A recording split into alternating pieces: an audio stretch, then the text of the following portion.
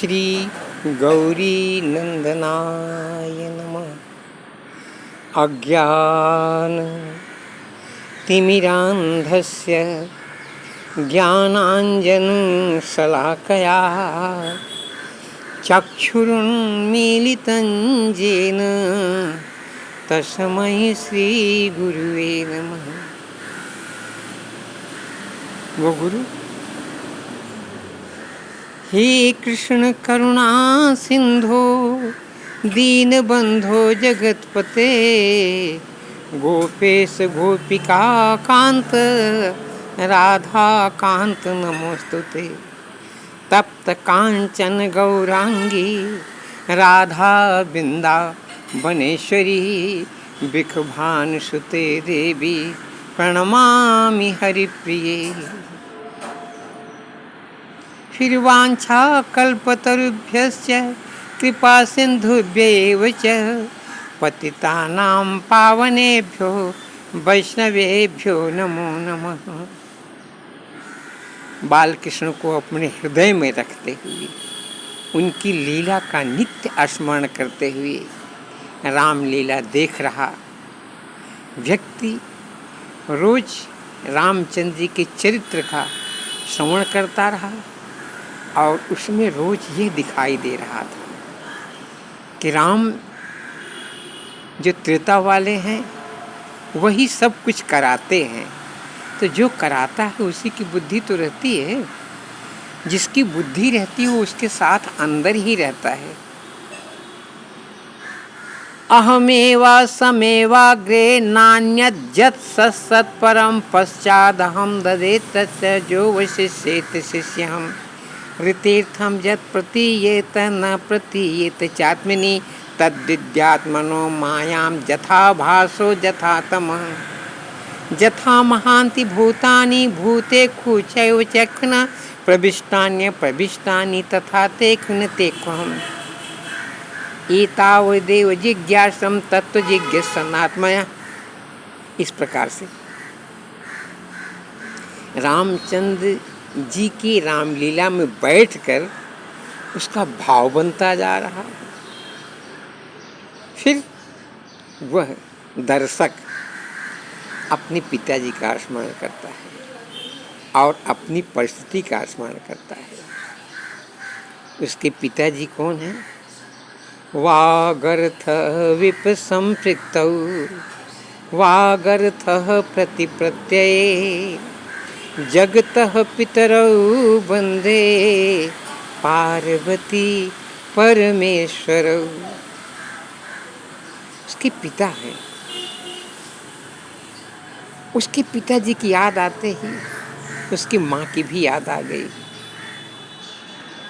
तब उसने अपने भूत वर्तमान और भविष्य क्या सोचना शुरू किया। अब मेरा क्या होगा?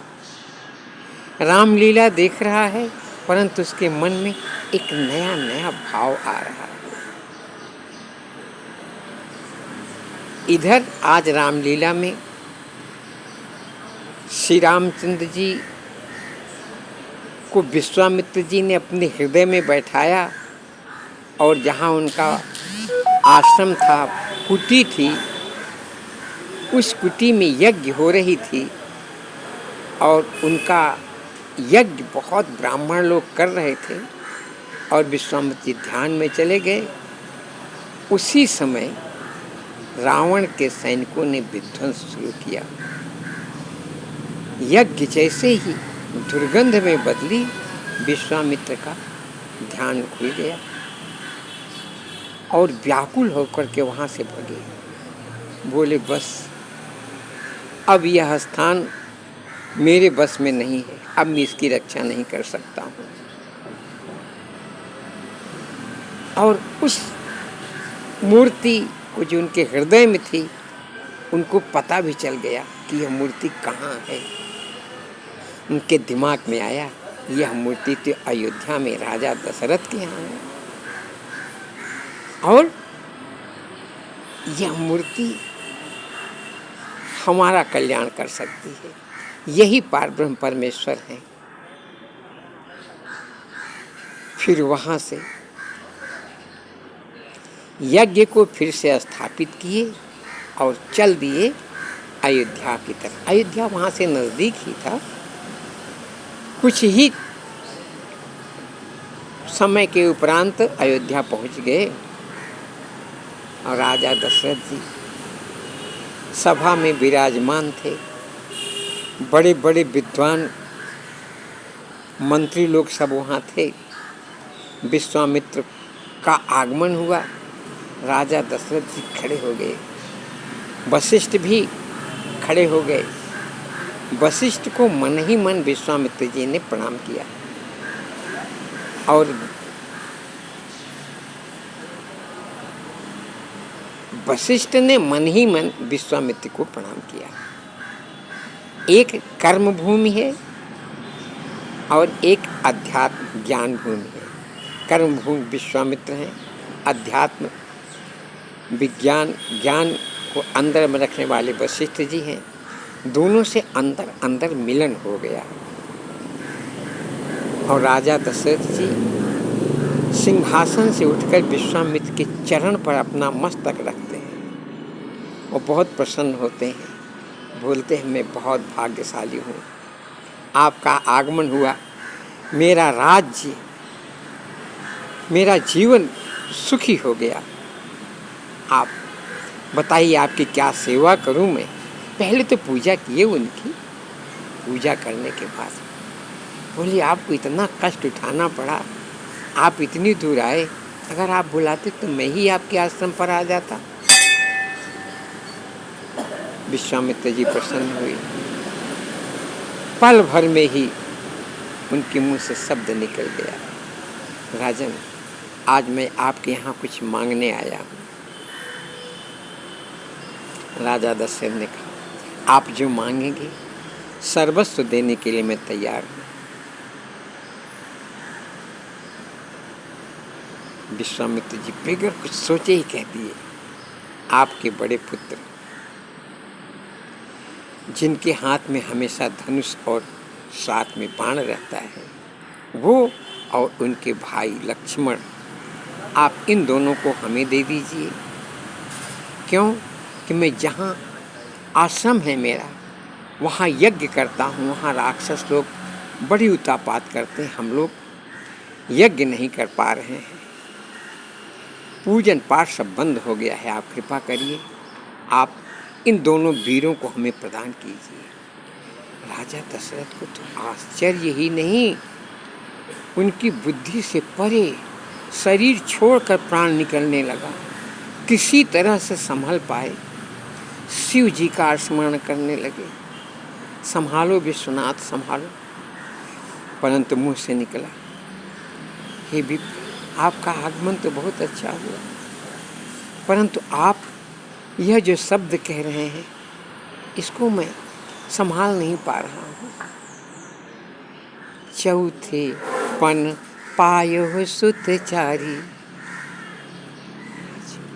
मेरी वृद्धावस्था में मेरे पुत्र मिले, अब आप इनको मान रहे हैं।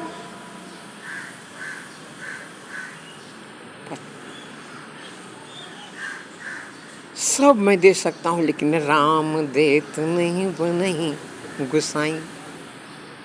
अपने मन में सोच रहे हैं और जान रहे हैं, जिस समय राम मनुष्य के शरीर से निकल के बाहर हो जाएंगे, उसी समय वह 100 बन जाएगा। अयोध्या यह शरीर ही तो है, इस शरीर में राम की ही शक्ति चलती है। हर समय उन्हीं के आदेश का पालन हो रहा है। अगर वे ही बाहर निकल गए तो बुद्धि से बाहर निकल जाएंगे, दिमाग से बाहर निकल जाएंगे, तो हम लोग कर्म में फंस जाएंगे।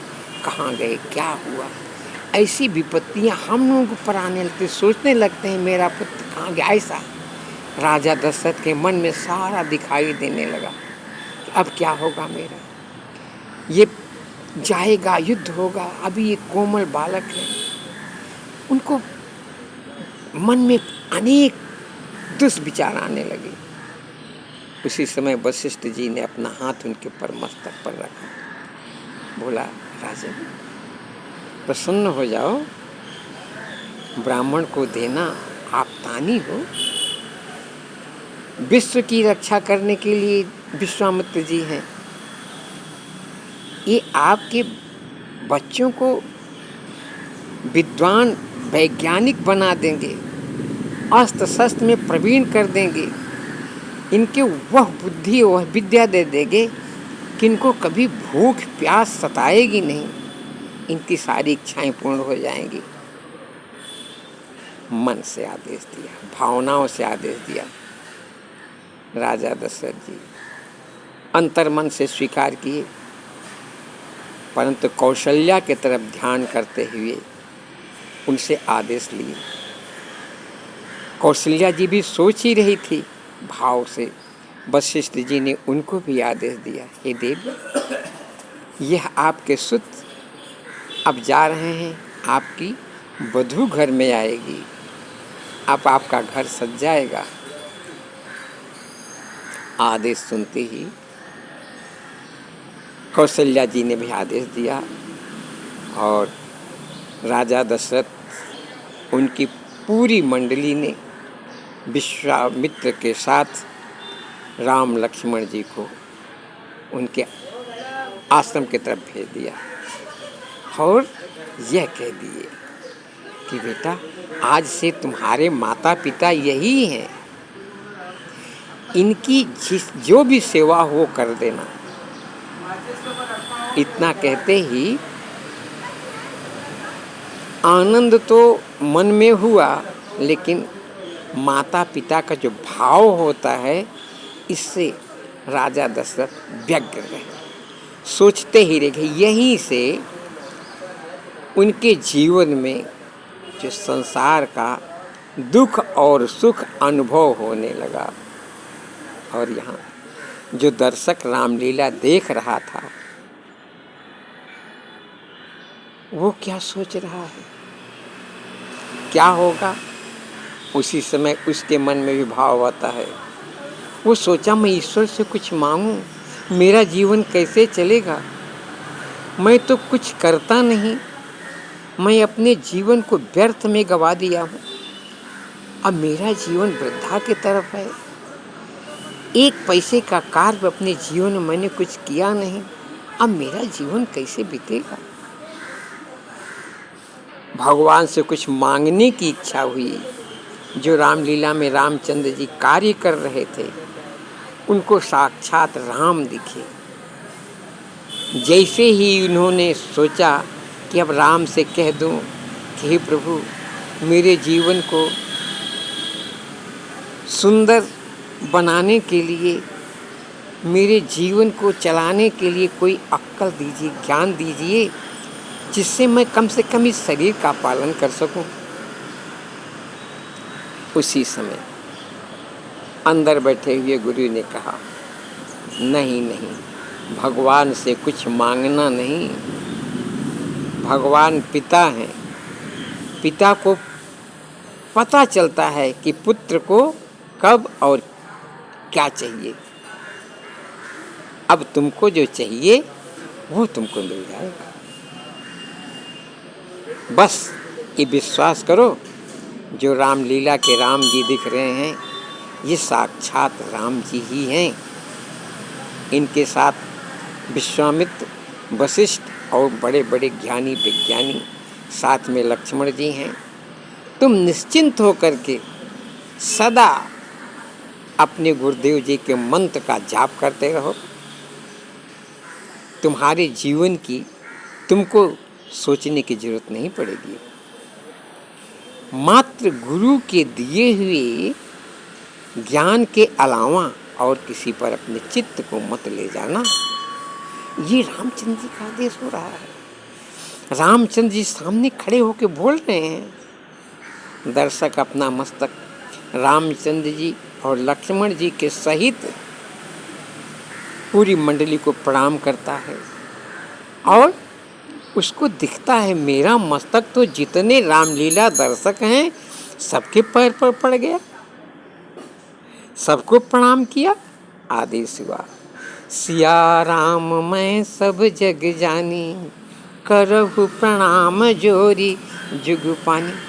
अब जीवन आनंद से भर गया, भूख प्यास सब समाप्त, समय हो चुका।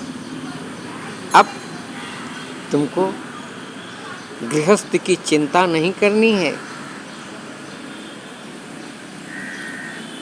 तुम्हारे परिवार में जो हैं सब अपने आप मस्त रहेंगे।